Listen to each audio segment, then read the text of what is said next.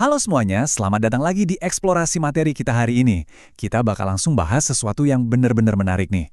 Pernah dengar soal ikan gobi Amphidromus? Spesifiknya spesies Calistipodon semoni yang ada di perairan selatan Jawa Barat. Walau ukurannya super kecil, ikan ini ternyata menyimpan rahasia besar soal seberapa terhubungnya ekosistem pesisir kita loh. Kira-kira, kenapa ya ikan sekecil ini bisa jadi pusat perhatian para ilmuwan? Yuk kita cari tahu. Coba bayangkan sejenak, menurut kalian, bisakah menangkap ikan yang ukurannya cuma sebesar ibu jari, memicu ancaman serius buat seluruh ekosistem pesisir? Kedengarannya agak mustahil kan? Tapi faktanya, inilah realita yang terjadi di komunitas pesisir Teluk Palabuhan Ratu. Penangkapan ikan skala kecil yang dilakukan terus-menerus memunculkan satu misteri kritis. Jangan-jangan, kita sedang menguras populasi ikan ini bahkan sebelum mereka sempat tumbuh dewasa? Nah, ini nyambung banget sama sebuah tradisi lokal yang namanya nyalawean. Jadi tradisi ini tuh kegiatan menangkap larva dan ikan muda atau yang sering warga sebut impun tepat di muara sungai. Biasanya tradisi ini memuncak di hari ke-25 penanggalan Hijriah pas fasa bulan baru. Masalahnya, target utama mereka itu ikan Amphidromus yang sangat rentan. Siklus hidup ikan ini mengharuskan mereka bermigrasi antara air tawar dan laut. Kalau siklus ini diputus di muara, ya sama aja kita memicu penipisan populasi secara drastis tanpa kita sadari. Untuk benar-benar paham seberapa luas dampaknya, para peneliti nggak cuma fokus di satu tempat. Kalau kita lihat dari peta ini, investigasinya mencakup 5 muara sungai sekaligus yang membentang dari Kabupaten Lebak sampai Sukabumi. Mulai dari barat ke timur ada Sungai Cimadur, Cibareno, Cisolok, Cimaja, dan Cikaso. Skala geografis yang lumayan luas inilah yang jadi panggung utama buat investigasi genetik kita. Oke, masuk ke bagian melacak genetika dengan MTCOI. Gimana sih cara ilmuwan mengukur kerentanan populasi yang tersebar di 5 sungai tadi? Jawabannya ada di genetik mereka. Istilah biokimianya mungkin terdengar agak rumit ya, tapi mari kita sederhanakan. Ilmuwan itu menggunakan gen yang namanya mTNA-CoI. Gampangnya, gen ini tuh berfungsi kayak barcode atau kode batang genetik yang sangat sensitif. Sama persis kayak kalau kita scan barang di kasir supermarket buat tahu ini barang apa dan dari mana, peneliti pakai barcode genetik ini buat ngebaca asal-usul dan struktur populasi ikan gobi, bahkan yang melintasi jarak geografis yang jauh banget. Terus, metode penelitiannya gimana? Simpel aja sebenarnya. Ada 3 tahapan lugas. Pertama, mereka ngambil 40 sampel ikan muda dari ke-5 sungai yang kita sebutin tadi. Kedua, dilakukan ekstraksi materi genetik dari sampel-sampel itu. Dan yang terakhir, sequencing gen MTCOI. Di tahap ini, sandi genetik ikannya dibaca secara detail untuk benar-benar ngebongkar rahasia populasi mereka. Nah, sekarang kita bahas temuan yang cukup bikin kaget nih, yaitu populasi pan-mixing. Apa sih yang terungkap setelah barcode genetik dari ke-5 sungai ini dibaca? Pertanyaan pentingnya gini, apakah ikan-ikan gobi ini cuma diem di sungai tempat mereka menetas dan terisolasi dari yang lain? Ataukah mereka saling berbaur dengan ikan dari sungai lain yang jaraknya puluhan kilometer? Coba deh dipikirkan. Logikanya, muara sungai itu kan kayak rumah yang terpisah-pisah, ya nggak sih?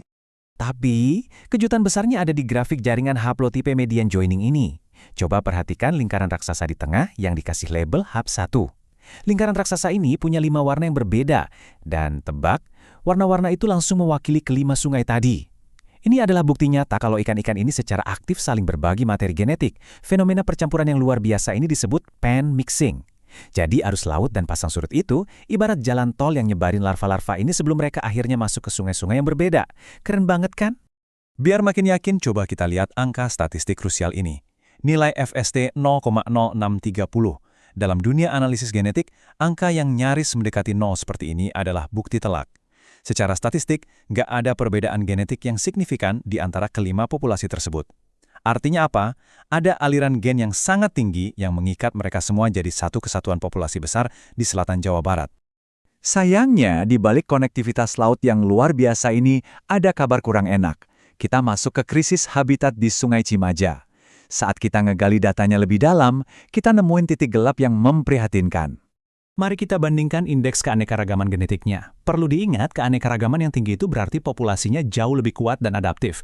Nah, Sungai Cibareno ini punya skor sempurna loh, yaitu 1,000, angka yang paling tinggi. Tapi lihat deh perbandingannya dengan Sungai Cimaja. Skornya cuma 0,464, jauh banget jatuhnya. Angka drastis ini jadi alarm kalau populasi ikan gobi di Cimaja itu sangat rentan terhadap ancaman kepunahan lokal. Terus kenapa ketimpangan parah ini bisa terjadi?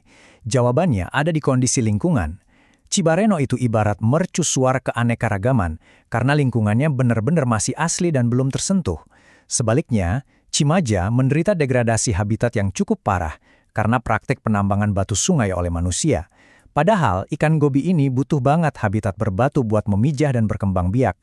Jadi simpelnya, ngehancurin bebatuan di sungai itu sama aja dengan ngehancurin masa depan spesies ini. Kita lanjut ke bukti tentang ekspansi demografis di masa lalu. Untuk benar-benar paham seberapa tangguh spesies ini, para peneliti juga ngintip sejarah populasi lewat rekaman genetik mereka. Lihat grafik distribusi ketidakcocokan ini. Kelihatan agak teknis ya, tapi intinya ada pada satu pola krusial. Perhatikan garisnya yang membentuk satu bukit atau puncak tunggal. Dalam ilmu genetika, bentuk unimodal ini tuh semacam sidik jari historis. Ini ngebuktiin kalau di masa lalu, spesies ini pernah ngalamin ekspansi atau lonjakan populasi besar-besaran. Kesimpulannya, secara historis, mereka itu punya ketahanan yang luar biasa. Ya, asalkan habitatnya nggak kita rusak sekarang. Terus, apa solusinya? Kita masuk ke poin tentang rekomendasi konservasi lintas batas. Dengan kerentanan dan fakta soal aliran gen tadi, aksi nyata apa yang bisa kita lakuin? Dari semua data tadi, cuma ada satu kesimpulan mutlak. Konservasi nggak bisa dilakukan sendirian di satu sungai aja. Karena populasi mereka saling terhubung secara pen mixing, kita butuh yang namanya manajemen lintas batas. Kita wajib melindungi area yang masih murni kayak Sungai Cibareno. Kita juga harus segera mengurangi atau nge-stop penambangan batu yang merusak habitat di Cimaja. Dan yang paling penting, pastikan konektivitas laut tetap terjaga, supaya larva-larva ini bisa terus menyebar. Eksplorasi materi ini benar-benar ngebuka mata kita kan? Muara-muara sungai di selatan Jawa itu bukan sistem yang berdiri sendiri. Mereka semua saling terikat oleh sebuah jembatan genetik mikroskopis di lautan luas. Kalau satu muara hancur, dampaknya bakal merambat ke muara lainnya. Jadi, saya mau ninggalin kalian dengan satu pertanyaan buat direnungkan. Akankah kita bertindak berdasarkan data yang udah sejelas ini dan melindungi jembatan genetik tersembunyi kita? Atau, akankah kita membiarkannya terputus selamanya?